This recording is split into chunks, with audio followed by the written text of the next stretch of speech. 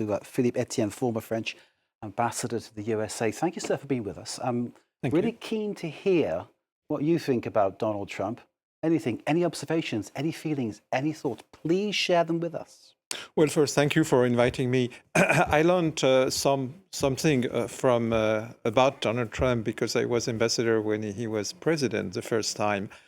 I think he must. I liked what I read in the U.S. press, which was kind of he must not absolutely be taken literally, but he must be taken seriously, because of course he will not do exactly what he has announced, to invade other territories and so on.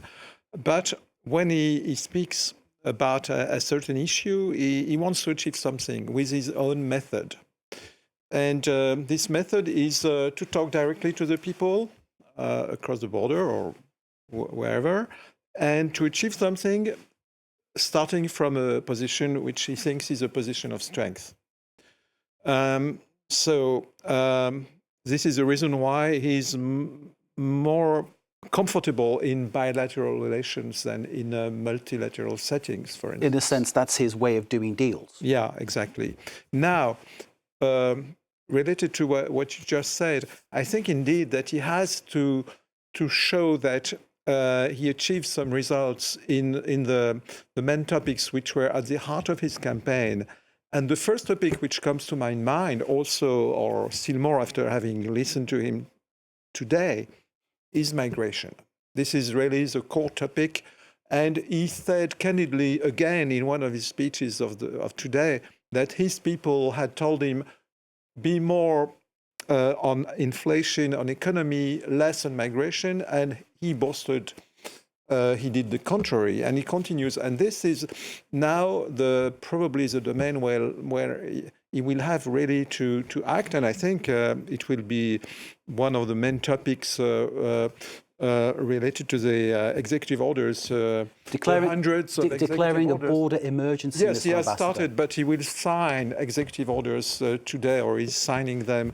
And there will be about migration, about border, but probably also about energy, maybe also about the organization of the Federal Civil Service, which is also something which is really important on his mind. So on all those topics, and also on trade and on the reduction of the deficit, and on raising revenues for the federal budget through tariffs, all those issues where he's so keen to achieve politically to achieve results, we'll see. And the perception of his supporters, of his voters, of course, will depend, especially in view of the midterm elections in 2 years, on whether they think that he has delivered or not. And he's a leader who wants to deliver in general. Really.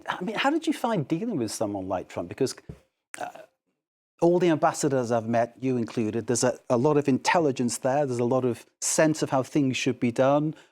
Clearly, things are often sort of said behind the scenes. There's kind of a different sort of negotiation, whereas Trump is all, sort of burst into the room, says a lot of things that maybe he means or doesn't mean, and then sort of throws the system out and then sort of calls you a name and walks out. I mean, that must have really grated on you, surely. No, it is not exactly that. It is his style, indeed. But the negotiations is always about who is the stronger. He has his own style, but to negotiate is also linked to the position you have at the beginning of the negotiation. It is linked to the objectives you announce. It is linked to the room of maneuver you keep. And all of this you find in his style. Again, I agree, he has his own way of doing things, but all of these pieces he wrote a book, published a book, The Art of the Deal. The Art of the Deal. And I think he likes this sort of negotiations probably, but anyway, it is possible to negotiate with him.